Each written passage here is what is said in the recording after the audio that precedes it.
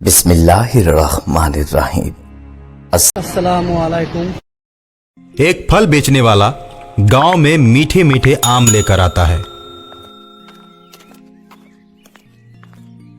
मीठे मीठे आम देखकर गांव वाले उसे खरीदने के लिए आते हैं। आम वाला बहुत ही कम दाम में आम बेच रहा होता है, इसलिए बहुत से लोगों ने उसके आम खरीद लिए। 1 घंटे में ही उसने टोकरी के सारे आम बेच दिए। सब अपने अपने घर आम ले जाकर खाने लगे और शाम होने से पहले गुठली ले जाकर बाहर फेंक देते हैं। रात के 12 बजे सबके घर की खिड़कियां टकराने लगती हैं। सभी लोग अपने अपने घर की खिड़कियों की तरफ देखते हैं। खिड़कियों पर आम लिए हुए भूत की परछाई दिखती है। परछाई को देखकर सब डर जाते हैं और परछाई से एक भयानक आवाज आती है, मैं आम वाला भूत हूँ। मेरे साथ और बहुत से भूत हैं। हम तुम लोगों को भूत बना देंगे। जिसने जिसने भी ये आम खाया है वो सावधान हो जाए। इतना कहकर आम वाले भूत की आकृति गायब हो जाती है। सभी लोग भूत की बात सुनकर डरे और सहमे हुए हैं। सुनते हो जी सोनू के पापा, जब से मैंने उस आम वाले भूत की परछाई की आवाज सुनी है तब से डर लगने लगा है। ऐसे लगता है जैसे पूरे गांव में कोई न कोई घटना होने वाली है। सुबह होते ही जैसे ही लोग दरवाजा खोलते हैं तो पाते हैं कि आम खाकर जितनी गुठलियां उन्होंने बाहर फेंकी थी वो रात भर में ही पेड़ बन गए और उसमें मीठे मीठे आम के फल लग गए।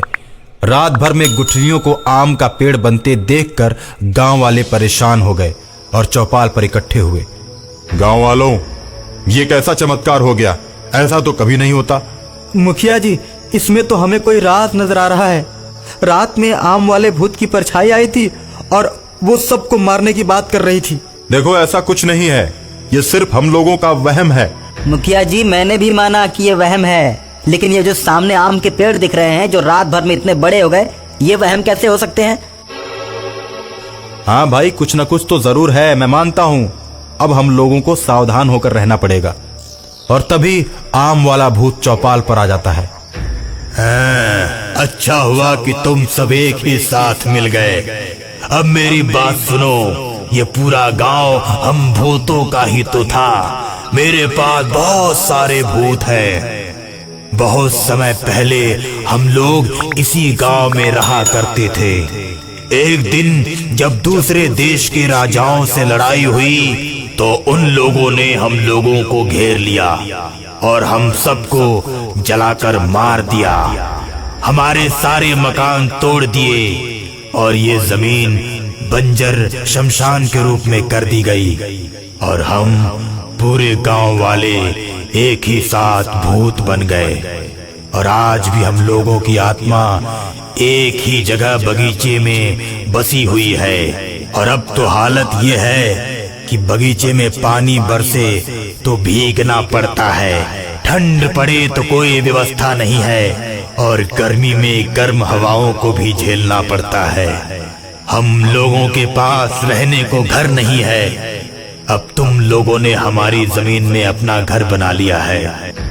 ये देखिए, सरकार के अनुसार इस गांव पर अब हम लोगों का अधिकार है। सरकार की आज्ञा लेकर ही हम लोगों ने यहाँ अपने घरों को बनाया है। हम लोगों का घर कानूनी रूप से मान्यता प्राप्त है। अब मैं कैसे मान लूं कि जमीन आपकी है और सारा घर भी आपका है? हम भूतों की कोई अदालत नहीं होती। मेरा कहना मान लो और तुम सब हमारे गांव को छोड़कर चले जाओ। हम लोग बगीचे से आकर अपना गांव फिर से बसाएंगे और तुम सब दूसरी जगह जाकर बस जाओ। ऐसे कैसे बना ले? ऐसे कैसे बस जाए? अगर कोर्ट में तुम्हारी रजिस्ट्री पास हो जाएगी, सरकार हम लोगों को बेदखल कर देगी और हमारी जमीन तुम्हारे नाम कर देगी, तब जाकर हम ये छोड़कर जाएंगे। अच्छा, तो ये बात है। अब तुम सबको हमें सरकारी सर्टिफिकेट दिखाना पड़ेगा। हाँ, बिल्कुल दिखाना पड़ेगा। ठीक है, आज रात 11 बजे तुम लोगों को सर्टिफिकेट दिखाऊंगा। सभी लोग बगीचे में मिलना। इतना कहकर भूत गायब हो जाता है और सभा में आए हुए सभी लोग डर जाते हैं और जितने भी आम के पेड़ होते हैं उसमें सारे लोग जाकर चिपक जाते हैं और भूत उन्हें रस्सी से बांध देता है और कहता है, मैं तुम लोगों को एक एक करके मार दूंगा।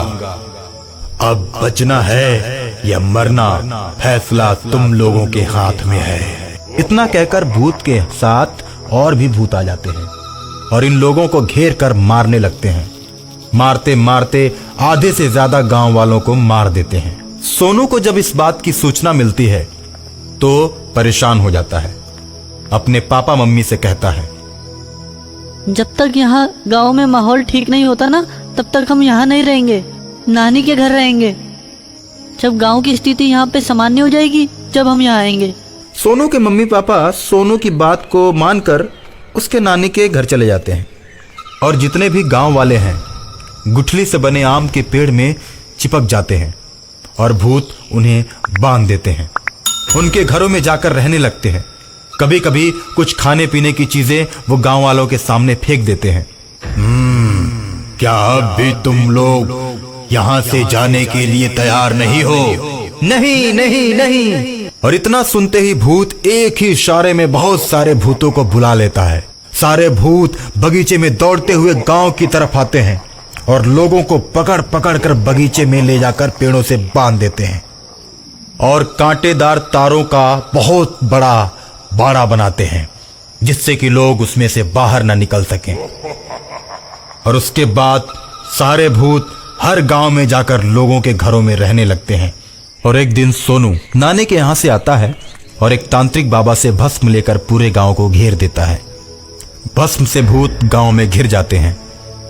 शैतान भूत भस्म की रेखा को पार करने की कोशिश करता है लेकिन वहीं पर जलकर खाक हो जाता है। इस प्रकार भूतों को बांधकर राजू गांव में आग लगा देता है। भूत आग में जलने लगते हैं और जो भूत भागने की कोशिश करते हैं भस्म के प्रभाव से रेखा से बाहर निकलते ही जलकर मर जाते हैं। इस प्रकार बहादुर सोनू तांत्रिक बाबा से मिलकर पूरे भूतों को मार देता है और आग की लपट में भूतिया आम के पेड़ भी जलकर खाक हो जाते हैं।